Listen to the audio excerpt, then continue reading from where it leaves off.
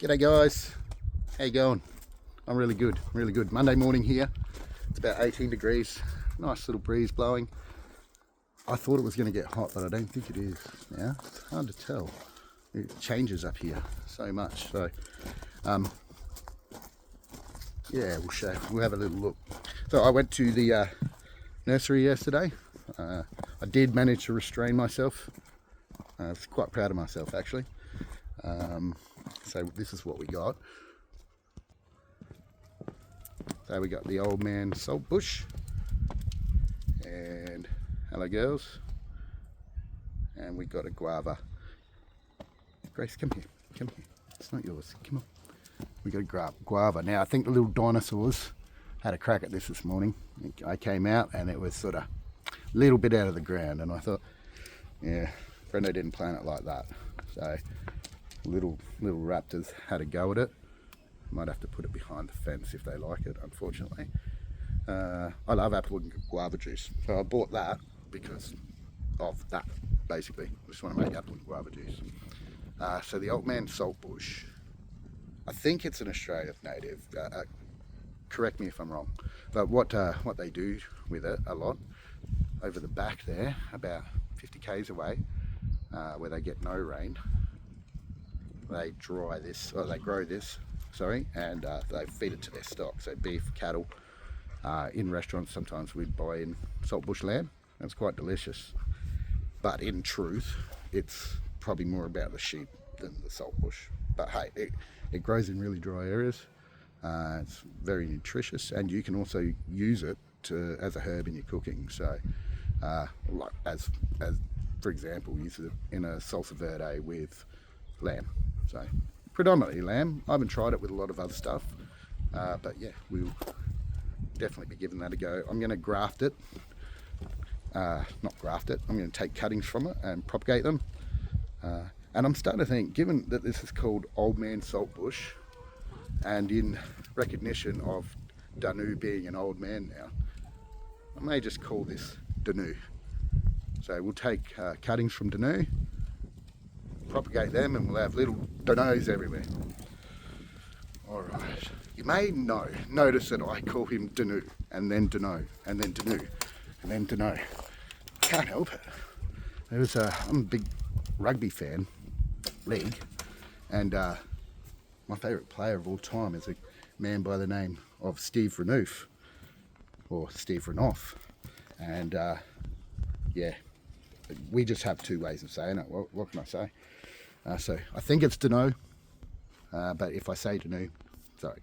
So I got in here yesterday just with a cup of tea, and I plonked me bum down there, and I just pulled stuff out. Okay, with my little spade. I got a blue one because I lose it if I don't. And I just found this yesterday, and this is why I came in here, because I found my favourite tool. So yeah, just sort of ran around like that. Anything close to the plants I did by hand. Still plenty to do, but you know, you don't have to go too crazy with this stuff. We're just trying to make sure it doesn't interrupt with the other plants too much.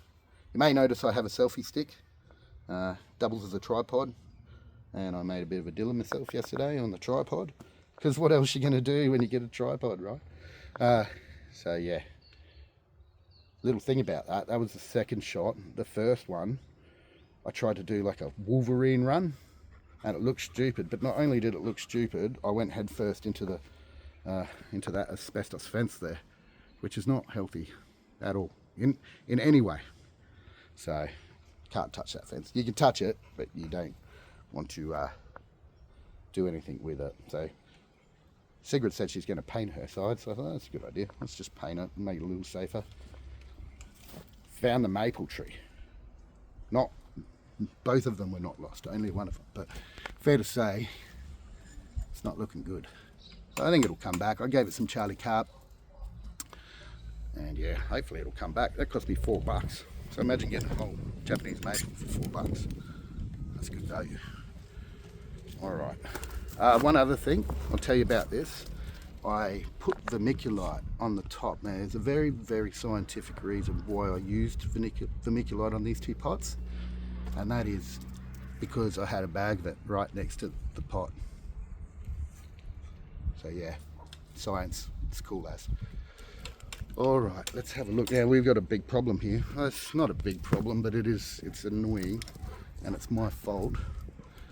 So those two big tanks up there, I was talking, I said, they're connected to the concrete one, the concrete one's connected to the brown one. Not true. They are not connected to anything.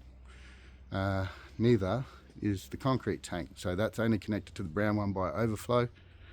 These are just rainwater collection devices for the garden, I'm assuming. And the problem is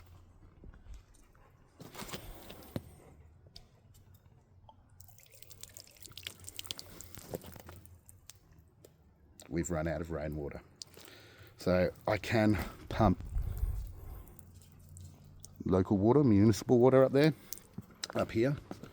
It is a pain in the butt, but I had been wondering what this hose was for. I followed it down into the front yard, and now I think that this hose is to plug into that hose, and then that hose does everything else. So we've run out of water, not house water, we're fine with that. But yeah, how was I so wrong? I guess this is a part of the fun of moving into a new place. You don't know, especially this place, there's pipes and pumps and taps everywhere. So we've been neglecting this part of the house a fair bit, unfortunately. I have watered it, and basically when we moved we just dumped a lot of stuff on the veranda. So that's today's job, get this area cleaned up, do all the normal stuff a normal person does. I'm pretty sure the people that lived here didn't go beyond this veranda. Their barbecue was there, their dartboard was there. There is one light down there, which is why I was cooking in front of the window last night. It's bizarre. He just didn't come out here. He didn't go past that area.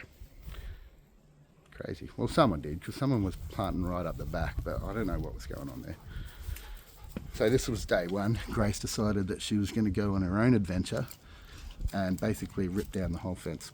So that's the fun of having a half German Shepherd, half Rottweiler. You get all the attitude of the German Shepherd, and you get all the power of a Rottweiler. You should see her as she belts him. She belts him.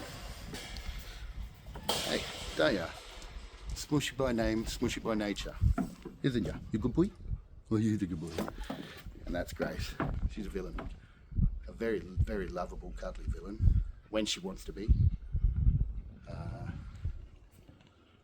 Alright, so let's go down and have a look. Got a big crab pot there. These are from Leah's mum. So anytime I want to cook large amounts of seafood, which is very rarely, I'll build a fire and I'll whack that pot on top of it. And that way I don't have to clean the kitchen up. Got this sink from Hard Rubbish. Bye Leah. Bye bye. Leah's off to work, first day in a month, poor bugger. Alright, so yeah. What are we doing? What was I talking about? Oh yeah, that sink. We get it from Hard Rubbish. And you guys might not have Hard Rubbish. Kiwis might, but I don't know if you guys have it. So what it is you can put hard rubbish out. Old couches, prams, kids' pools, fans, whatever you like. You can put it out and you call the council. The council will come and pick it up. But the council will leave it on the side of the road for 2 or 3 days. And it is basically a free-for-all for anybody who wants it. So you can, like I had a washing machine that I didn't need, an older one, and I put it out on the road and a dude pulled up as I was putting it out and chucked it in the back of his car. Struggled to shut the boot. It was a bit hilarious, but it sort of shows you what it's about. So yeah, it's a free-for-all. I've got heaps of stuff from Hard Rubbish. I love it. It's a good thing. Maybe some other countries could adopt. So for all you that Aussies, you'll know what I'm about to talk about. Hey Dad, I dug a hole. Good on you, son. It's filling with water. That's from The Castle, the best Aussie movie of all time. I think it cost him about $8.50 to make that movie, and it was awesome. So anyway, I did dig a hole. Just wanted to see, after my conversation with Sigrid, And we have rocks again, which isn't a surprise. Nice big root coming through there. But we do have about 3 inches of topsoil here. So it's not enough. But at the same time, this is sunken a little bit, and it does have retaining walls, so we could probably get another 5 inches in here. And then, but any trees that we need to dig, we're just going to have to get a machine in. I can't dig that. Look, I probably could, but I'd say, let's say I'm not prepared to dig that. So yeah, I'm not sure what sort of trees these trees are, some sort of Aussie native from around here. But that root shows you how Aussie natives are. So they don't have, a lot of them don't have big tap roots, including eucalypts. And what they do is they spread their roots out just beneath the subsoil, or just beneath the soil. So when it does rain, they catch all of it. And that's why I said the other day that you can't grow crops under them, because they'll steal all your stuff, because that's what they're designed to do. Citrus trees are the same. They got really high roots because they grow them in dry areas. So like where Beshi lives, that's a citrus growing area. Like usually got nice red soil over there. So they have a shallow root system as well. So you can't really grow stuff too much under them. But I have been watching videos where they said, you know, should be growing things like spring onions under there, because they got shallow roots, and they protect things. They'll protect it from predators. Insect predators. So yeah, that's probably it for me today, guys. Just show you this one. Still chasing the phone. This is why you should never play with a laser pointer with a dog when they're a kid, when they're a puppy. I made that mistake, and then I have learned. I do not know where the Smushy is. Smushy! Where are you? Ah, there he is. He's with his mum. Alright guys, I think I'm going to say this right. Have a braai lekker day. See you later. Have a good one.